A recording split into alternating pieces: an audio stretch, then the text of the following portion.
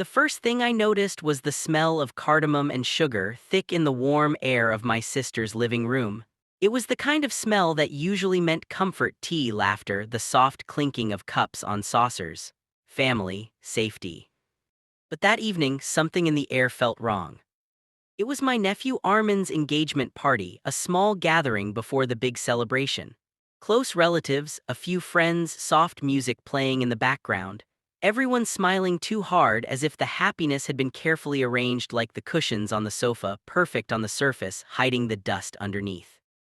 Armin stood near the window, tall, handsome, and restless. At 26, he had the confidence of someone who had never truly been told no. He moved through the room like he owned it, laughing loudly, accepting congratulations, already acting like the man of the house. I watched him from across the room, my cup of tea cooling in my hands. For weeks, something had been off between us. Little remarks, side glances, a tension that hummed quietly like an electrical wire behind the wall. It hadn't always been this way. After my brother's death, I had helped raise Armin, paid his school fees when his business plans failed, defended him when others said he was reckless. I had believed in him when no one else did. And now he looked at me like I was an obstacle. The reason was painfully simple. My late brother's property. Everyone knew he had left most of it in my care, not to keep but to manage until Armin was mature enough to handle it. But temporary had stretched into years. Armin wanted control, I wanted responsibility, and somewhere between those two words, resentment had grown. That night when Armin approached me with a tray of drinks, his smile was too smooth, too rehearsed. "Chacha," he said warmly, using the respectful word for uncle. "You've been standing alone, come let me get you something special." On the tray were two identical glasses, clear, cold, with lemon slices floating at the top. Everyone else was drinking tea, but he insisted. "You always say you don't drink enough water," he added lightly.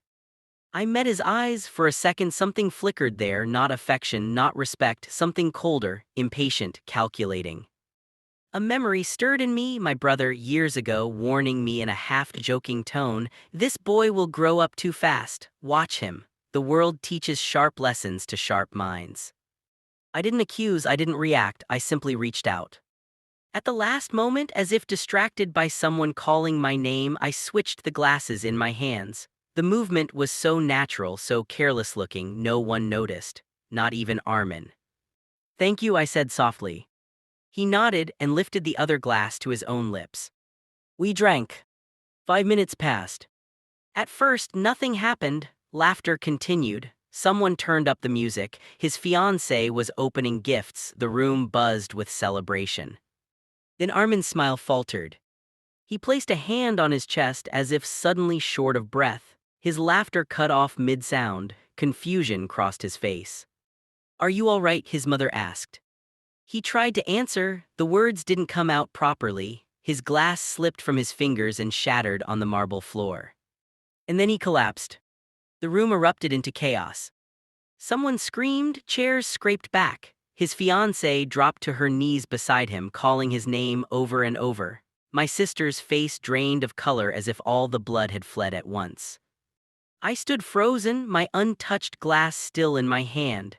The lemon slice floated calmly on the surface as if nothing extraordinary had just happened. An ambulance was called. People crowded around him, fanning his face, trying to keep him conscious. He was breathing, but barely. On the way to the hospital, no one spoke. The siren wailed through the night, cutting through my thoughts like a blade. In the harsh white light of the emergency room, reality settled in. The doctor later said it was a dangerous reaction to something in his system, something that should not have been there. Not a fatal dose, but enough to shut his body down temporarily, enough to teach a terrifying lesson. My sister collapsed into a chair, sobbing. His fiancée stared at the floor, trembling. Relatives whispered in corners, trying to make sense of it all. And Armin, when he finally opened his eyes hours later, looked at me. Not with anger, with understanding. The kind that comes when a person realizes their own trap has closed around their ankle. I walked to his bedside. The room was quiet except for the beep of the monitor. "Why?" he whispered. Not what happened. Not who did this. Why? Because he knew. I didn't raise my voice, I didn't threaten. I simply said, "You planned for me to fall, but you forgot something." His eyes filled with tears, not of pain, of shame. "I trusted you," he said. "Yes," I replied, "and that is why you're alive." The silence between us was heavy, but it was honest. Later, the truth came out quietly within the family. No police, no public scandal, just a painful private reckoning. Armin had believed that if I were gone, if I were discredited, humiliated, or worse, control of everything would immediately be his. He had convinced himself it was justice, that he was only taking what was rightfully his. But in trying to take a shortcut, he had nearly destroyed his own life. Weeks passed. The engagement was postponed, the house grew quiet. Armin recovered physically, but something inside him had changed. The arrogance had cracked, the certainty had dissolved.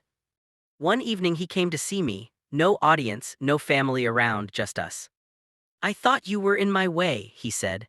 "Now I realize you were the only one protecting me from myself." I placed a hand on his shoulder. "Power is a heavy thing," I told him. "If you grab it before your hands are strong enough, it will crush you." He nodded, eyes lowered.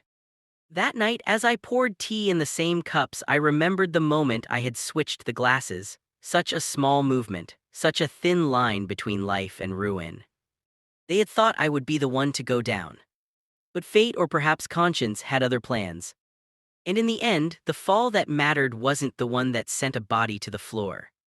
It was the one that finally brought a proud heart back to the ground.